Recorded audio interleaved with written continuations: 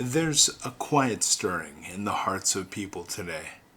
So many are searching for peace, for truth, for something real. They're tired of the noise, the pressure to perform, the judgment, the masks we wear just to survive. And maybe you're one of them.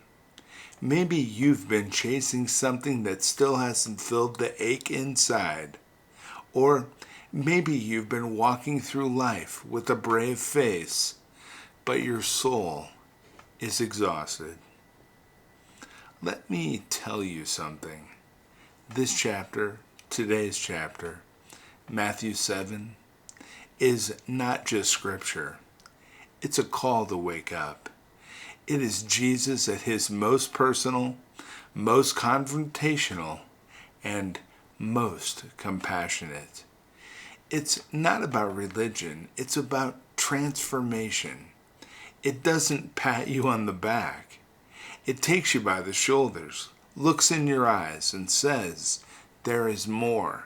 There is a better way, and you can start now. Now, Jesus opens this chapter with words that cut through pride like a blade. He says, do not judge, or you too will be judged. Now, think of how often we do this. We judge others for their mistakes, their appearance, their lifestyle, even their silence. And yet, we expect mercy when it's our turn. Jesus doesn't say this to shame us, but to free us, because judgment doesn't build, it breaks. It doesn't heal, it hardens. And he says, why do you look at the speck in someone else's eye when there's a plank in your own? Imagine that, a plank. Jesus uses humor and exaggeration here to make a painful truth unforgettable. He's telling us, check your heart before you check someone else's behavior.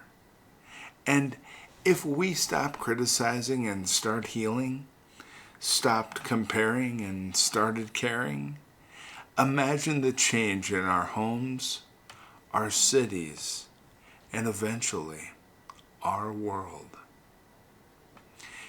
Then Jesus shifts and invites us deeper. Ask and it will be given, he says. Seek and you will find. Knock and the door will be opened. Now, these aren't empty promises. They are the heartbeat of a loving Father. He's not a distant deity.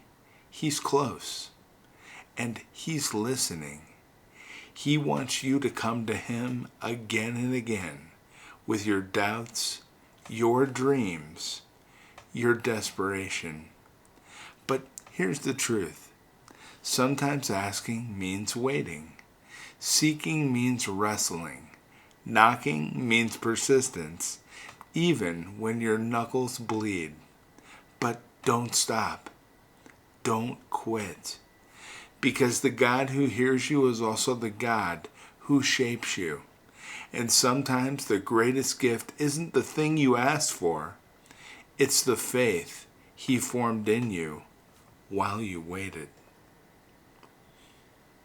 Then he says the words we've all heard, and few truly live. Do unto others as you would have them do unto you. Now, we've quoted that so often it almost sounds cliche.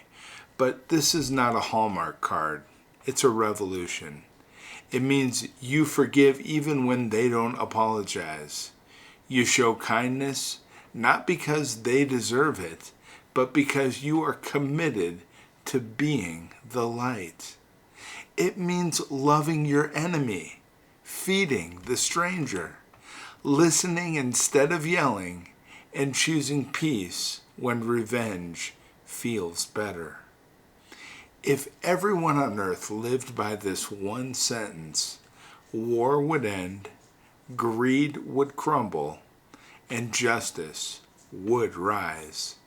And guess what? It starts with you. Now, Jesus drops a hard truth next. This one's impossible to ignore. Enter through the narrow gate, for wide is the gate and broad is the road that leads to destruction, and many go through it. Now, we're talking here about the easy path, the one everyone seems to be on. Now, that's the road of shortcuts, selfishness, shallow comfort, and spiritual emptiness.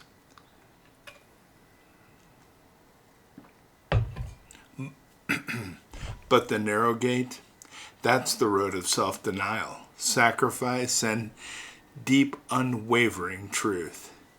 It's not easy, but it's real. And real is what we're all starving for these days, isn't it? Don't be afraid to stand alone. Don't be afraid to take the hard way if it's the right way. Your soul knows when something is fake. Let your steps follow what's eternal. So Jesus warns us next. Watch out for false prophets. By their fruit you will recognize them. Now, don't be deceived by smooth talkers or empty influencers. Words are cheap, but fruit, real love, real humility, real transformation never lies. And this isn't just about others, it's about you. So what kind of fruit are you growing? Bitterness or joy? Greed or generosity? Pride or peace? And if what's growing in you isn't love, it's time to tend to your roots. So finally, Jesus ends with the story of two builders. One builds on rock, the other on sand. Storms come for both. Wind howls, waters rise, but only the one house stands. And the question is, what are you building your life on? If your foundation is approval, popularity, or pleasure, your life will shake when those things fall away. But if you build on the teachings of Jesus, if you live what you believe, if you surrender the temporary for the eternal, then no storm, no betrayal, no loss, no fear will destroy you. Because when your foundation is God, you don't just survive, you rise. So, my friends, Matthew 7 is not a list of rules. It's a roadmap for revival. A revival that begins in you. A change that turns critics into encouragers, wanderers into warriors, and broken hearts into living testimonies. So today, stop scrolling, stop drifting, and choose. Choose humility over judgment, persistence over passivity, love over apathy, truth over popularity, and the narrow road over the easy way out. Because on the other side of that narrow gate is life, real life, abundant life, unshakable peace, and a foundation so strong the storms will never break you. You were not made for sand. You were made for the rock.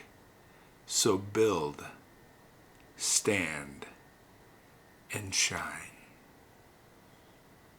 God bless you, my friends. Have a beautiful day. Bye-bye.